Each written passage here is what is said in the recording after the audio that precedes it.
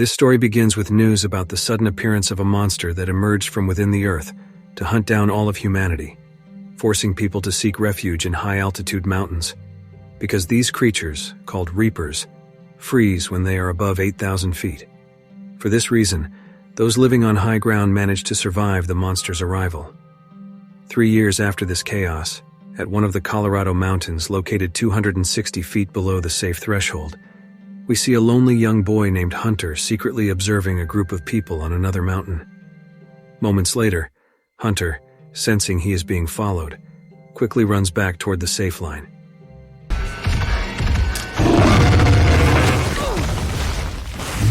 His actions naturally provoke the anger of his father. Will sternly warns Hunter never to cross that boundary again, reminding Hunter of the great risks involved. Will has a particular condition affecting his lungs. Still upset with his son's behavior, Will vents his frustrations about Hunter to his female companion Kathy while they are out hunting. Understanding Hunter's loneliness, especially after the loss of his mother, Kathy explains to Will how hard it has been for the boy. The scene then shifts to a scientist named Nina, who is shown shooting at the scales of a reaper. It is revealed that she is trying to discover a way to pierce the creature's armor, though all her attempts so far have failed. One night, just when they are about to rest, Hunter's oxygen filter suddenly clogs, and since there is only one spare filter left, Will must install that final one into the device. With no more backup filters remaining, Will decides to journey to the hospital in Boulder City to search for extra filters. He also intends to look for bullets that might be kept in one of the machines there. However, Boulder City sits below the safe elevation, and numerous reapers still roam that area. The next day, Will shows Hunter how to plant crops, how to fish, and then gives the boy his favorite meal, mac and cheese, as a birthday treat. During this moment, Will also shares his plan to leave their village so he can retrieve the filters from Boulder's hospital. To accomplish this mission, Will tries to convince Nina to join him. Previously, Nina and a group, one of whose members was Will's wife, Tara, ventured below to reach a laboratory in Boulder. Tragically, everyone in that team lost their lives to the Reapers, with only Nina surviving. Because of those memories and the fact that no current weapon can kill the Reapers, Nina initially refuses Will's invitation. Furthermore, she still hasn't discovered a way to penetrate the monster's protective skin. Eventually, Nina, who remains driven to investigate the Reapers at the Boulder laboratory, changes her mind and decides to join Will's mission. Moreover, Will plans to guide them through an underground tunnel originally constructed by his former company, saying that its exit supposedly opens into a safe zone. Without further delay, Nina prepares a device she invented to detect nearby Reapers. She is reminded of her team's harrowing defeat, which intensifies her resolve to find a way to destroy the creatures.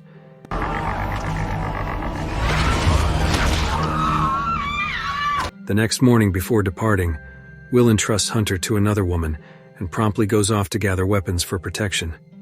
Shortly thereafter, Kathy appears, expressing her desire to help Will because she feels exasperated by their situation and wants to discover a method to stop the monsters.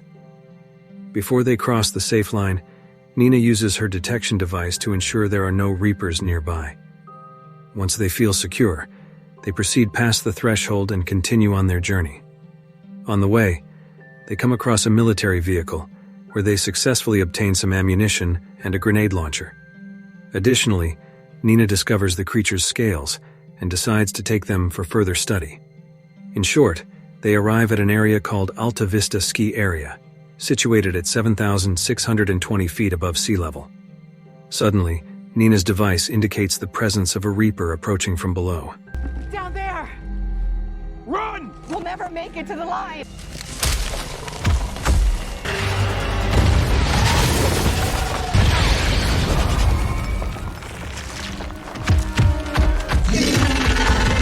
Realizing there is no possible way to climb to 8,000 feet quickly, Will comes up with a plan to power up a cable car so they can escape the Reaper. Hit the switch!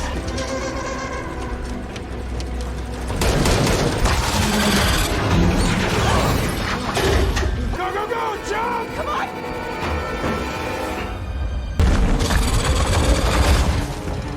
Don't let go! Oh, I got you, I promise!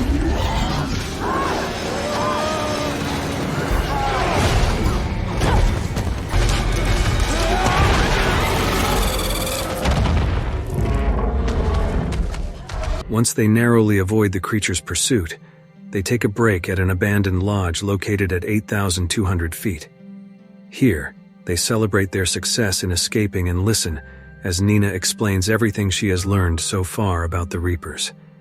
Based on her research, the Reapers hunt humans day and night without any need for sleep, and they seem focused exclusively on humans. Furthermore, once they capture a person, the monsters only attack their victim, but do not consume them. The following day, they finally reach the tunnel Will mentioned, known as Calway. Before entering, Will clarifies that the exit lies at 8,029 feet. But to reach the other end, they must walk through segments below 8,000 feet. Hearing this, Nina grows furious because Will did not inform them of this detail earlier. Having no other option, they proceed into the tunnel.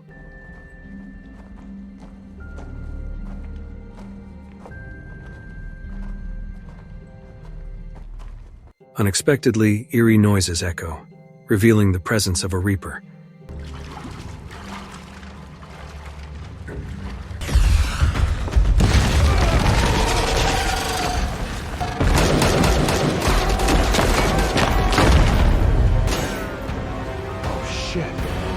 Cornered in a narrow passage, Nina urges everyone to hold their breath, knowing the creatures can detect them through breathing.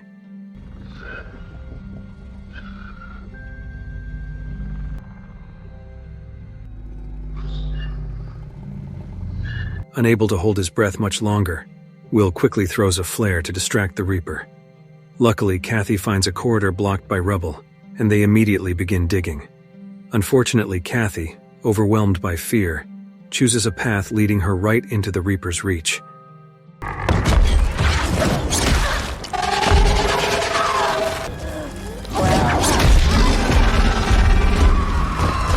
After that incident, Will and Nina accidentally discover a staircase, allowing them to escape the tunnel.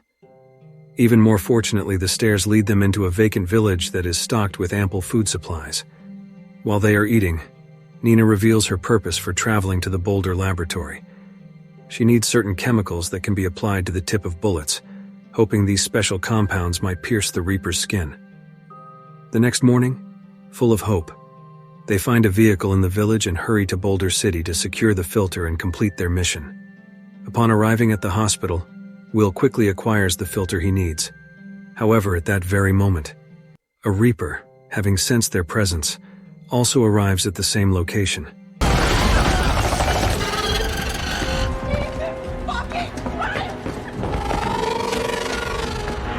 Fortunately, Will notices a combustible oxygen tank and detonates it right as the creature lunges toward him.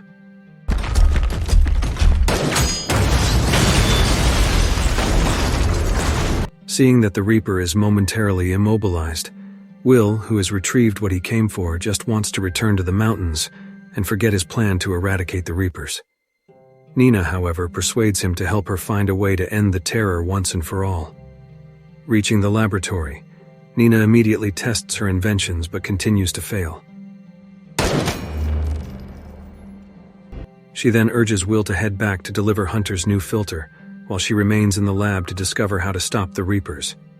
After extensive attempts, Nina finally achieves success in her last experiment, managing to shoot a monster with a newly formulated compound mere seconds before it can attack her. Meanwhile, in another location, the vehicle Will is using to return home suffers a flat tire. The resulting crash overturns the car, forcing Will to flee from a pursuing Reaper.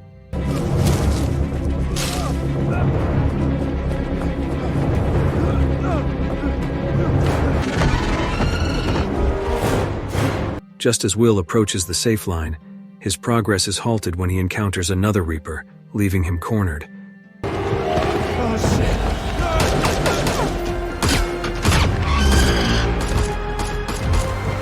In a sudden turn of events, Nina, who hears Will's gunshots, arrives in time and manages to save him, eliminating all the Reapers surrounding him.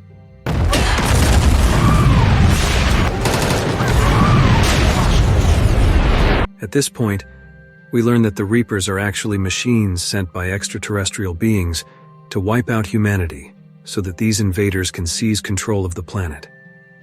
Once back from their mission, Nina uses a radio to broadcast her discovery. informing the whole world that her newly devised approach can defeat the Reapers. Thus, the global campaign to hunt down the Reapers begins, and with that the film ends.